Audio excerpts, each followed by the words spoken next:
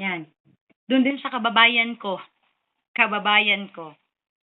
okay, na nagreklamo talaga sa Rappi Tulfo. Ano, alam niyo na hindi kayo niloloko. Alam niyo 'yan sa sarili niyo. Nagde-delay, hindi kayo niloloko. Ilang beses na ang mga sasakyan niyo nakatambay dahil na aksidente. Pero obligasyon pa rin namin bayaran. Ano ang sabi niyo sa amin? Dahil pioneer kayo, priority kayo. Sana dahil pioneer kayo, naisip niyo rin na ang ginagawang pagbabranch out, pag-expand ay para din sa kapakanan ninyo. Hindi para sa kapakanan ng namin. Ano ang sabi niyo sa amin? Unfair naman yata sa mag-business partner, kayo umasenso na, kami hindi pa. Ano bang alam niyo sa pag-asenso ng isang business owner? Nakita niyo lang na mas maayos na ang katawan namin ngayon, ang kinakain namin ngayon, umasenso na? Ba? Nakita niyo lang na wala na sa bahay ang office? Bakit magugustuhan niyo ba na 5 years na kayo or 3 years na kayo sa negosyo pero ang opisina niyo ay nasa bahay pa rin? Hindi kayo lumalago? Yun ang mga sakripisyo na akala namin matutuwa kayong mga pioneer. Kasi nung time na sagana at wala pa namang ibang manpower na binabayaran, kayo ang unang nakinabang. Sana naman naisip nyo yon bago nyo kami inireklamo, bago nyo kami pinagbantaan, bago nyo kami ipinopost sa Facebook. Naisip nyo yon bago kayo nagsalita ng hindi maganda at pinahiya sa lugar natin. Nakailang sasakyan kayo? 3? Nagpasok kayo, isang sasakyan, 2019 model. Isang sasakyan lang. Diba? Bakit ganito nyo kami itrato? Nasabi nyo nga, kayo nung time na nasa mga investment kayo, whatever na business nyo, nalugi kayo. 1,000? 100? Ang tanong, mababawi nyo pa ba yon? Lugi na yon. Pero sa amin, nandyan ang sasakyan, naibalik ang sasakyan, nagbabayad pa rin. Pero sa inyo, ilang beses kayo nalugi sa mga negosyong pinasukan nyo? Sa iba rin, yung ibang nagreklamo din, ilang beses na kayo nalugi sa negosyo ninyo? Naloko na kayo, na-scam na kayo? Naibalik ba sa inyo? Pero sa amin, alam nyo na nagbayad. January, nakapagbayad pa. Ba? 20,000 every month. Nakapagbayad pa kami sa inyo. Nakiusap lang.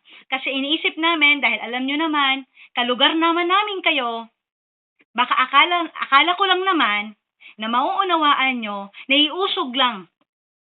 Iuusog lang. Ang sabi nga namin, baka gusto nyo pong i-on-call na lang ang mga unit ninyo para makapagbayad kami. Ang ibig sabihin ng on-call, 60-40 ang hatian. Yun ang meron kami ngayon na business model.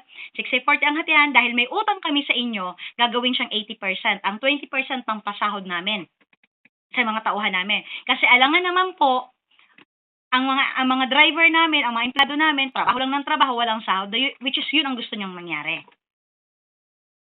Okay? Ang pakiusap lang namin, iuusog lang. Kaya sa Rappi Tulfo na nagsabi na, doon ang napipikon ako, sabi ko nga, wag bubuka ang bibig mo kung wala kang alam at sasabihin mo, abogado pa naman kayo, sasabihin niyo na naglahong parang bula. At doon sa tinawagan sa NBI or whatever na tinawagan, parang NBI yata ang tinawagan at sinabi na, baka mga modus yan, tapos ang sinasanla ang sasakyan. Nakakahiya na kayo pa naman ay may mga pinag-aralan bago bumuka ang bibig nyo, sana ay nag-background check muna kayo. Alam niyo kung bakit galit ako minsan pag magsalita? Nakakabobo kasi. Yung nagsalita ka, nagbigay ka ng opinyon, tapos pag binalik sa'yo ang opinyon na yun, wala ka palang alam. Wala naman tayong against sa Rappi Tulfo kasi nga ako mismo ay nag-reach out.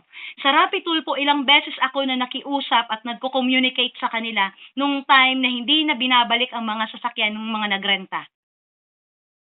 Nung time na ang daming nanloko sa amin, nakiusap ako. No, yung time na alam namin na nasa sindikato, may mga baril ang pinupuntahan namin para mabawi ang mga sasakyan namin, nakiusap ako sa Rappi Tulfong yan. Sinagot niya ba? Hindi. Kasi walang likes, walang views. Hindi pa kilala. Ilang beses kami nakiusap kay Rapi Tulfo. Drinay kaming kinontak nga kami talaga ng team. Sabi niya, ma'am, pasensya na. Dapat po kasi dalawang vice versa. Dapat po kasi nakausap namin kayong complainant at nakausap din po namin ang kino-complain nyo. Hindi pwede na tulong lang kami. Dapat po, may talaga to, may sagutan. So, na-realize namin, ganito talaga pala ang style ng Rapi Tulfo for the views. Siguro dahil hindi pa naman kami kilala noon, so wala talaga. 2020 pa yata, 2021 pa kami nakikiusap kay Rapi Tulfo. Humihingi ng tulong. Pumila pa kami doon. Nung ang sasakyan namin ay isinanla. Pumila pa kami doon, cancer patient pa ang kasama ko, na niloko na nagrenta sa amin. Pero hindi rin kami pinansin. Okay? So ngayon, sige, ang tanong ko sa inyo, naparapi Tulfo mo kami. Ang sabi mo nga sa amin nung nag-message ang kumpanya, ang sabi niyo agad sa amin, salamat naman ay magbabayad na kayo. Salamat naman. Kasi ano bang akala nyo pag pinabarangay, pag pinaabogado, on the spot bayad? Hindi po yan ganun. Okay? Doon sa nagsabi din sa Rapi Tulfo na, oo nga, ginawa na natin lahat ng way para ma-communicate sila. Sigurado ba kayo? Bago ka nagsabi na lahat ng way ginawa mo na, anong oras po kayo tumawag sa opisina? Gabi? Kung umaga man kayo tumawag, sigurado po ba kayo na ang makakasagot sa inyo ay alam kung anong isasagot o baka mga booking agent lang? Kasi ang nag-inform sa amin na may tumawag na taga-Rapi Tulfo, sabi ay around 9 o'clock in the evening. Aga-agahan na lang natin. Alas 8, ag-agahan pa lang natin, alas 6 na tumawag. Ang sasagot po nun alas 5, wala na. Pagka umaga, naghintay doon ang tao ko para sagutin kayo, wala nang tumawag. Okay? At paano mo nasabi, kayo na taga-Rapi Tulfo, paano nyo nasabi na mismong may-ari ay binababaan kayo ng cellphone? Alam nyo ba, lahat ng nasa page ay hindi namin number? Kasi marami po kaming empleyado, kaya nga po maraming utang kasi marami pong binabayaran na empleyado. Nung time po na nareklamo nyo kami sa Rapi Tulfo, nasa mahigit 40, almost 50 ang aming empleyado. Sa palagay nyo, kami pa rin nasasagot sa tawag ninyo.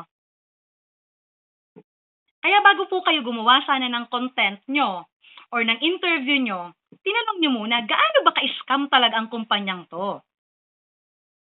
Bago kayo nagsabi na naglahong parang bula, tinanong niya muna. O baka naman nalugi lang. Mahina lang ang benta. Ba? Kaya walang umaasenso sa Pilipinas ng mga bagong negosyante. Napakadalang. Napakadalang. Dahil sa ganitong sistema.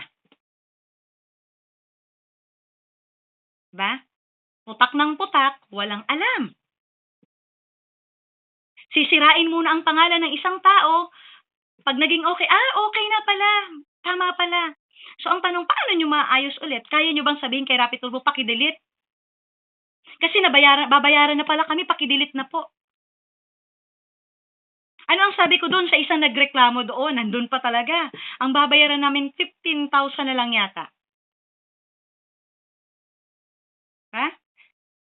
15,000 na. Pag kailangan niya, ma'am, pwedeng pasend kahit 1,000, 5,000 kasi walang-wala po talaga ako, papadalan. Tapos nakita namin, nasa Rapi Tulfo? Di ba? Yung isang may edad na rin doon? At renter pa kita at alam mo na hindi kami nanloloko. Okay? Doon sa isang lagi kong kabagbagan sa page, sa lahat ng chat. Anong renereklamo niya sa amin? Ano lang pakiusap ko sa'yo?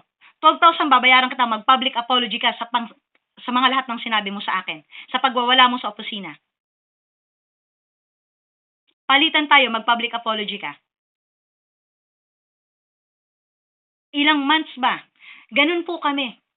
Nag-stay sila kung kailan nilang gusto at umaalis sila kung kailan din nila gusto, 'di ba? Hindi na kami kumita, nagkautang pa kami. Isipin mo ang 1 buwan lang, 2 buwan na nag-stay sa'yo. Ang kontrata 1 taon o kahit 6 months na lang. Possible diyan 3 months pala, first 3 months lugi kami. Sa susunod pa kami makakabawi. Pero nang pinull out dahil gusto, dahil, ay, na-delay kayo ng isang ganito, ganyan. 'Di ba? Yung isa laging kausap ko na, yung kaaway ko lagi sa chat, sa mga text, sa mga, mga comments. 1 buwan ang unit mo or 2 buwan lang yata?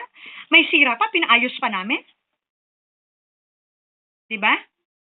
Ang sabi ko sa inyo, mag-public apology ka. Gagawan ko ng paraan na makapagbayad sa'yo. Mag-public apology ka lang. 'Di ba? Putulin ulit natin para mapanood nyo ng sigurados mas malinaw.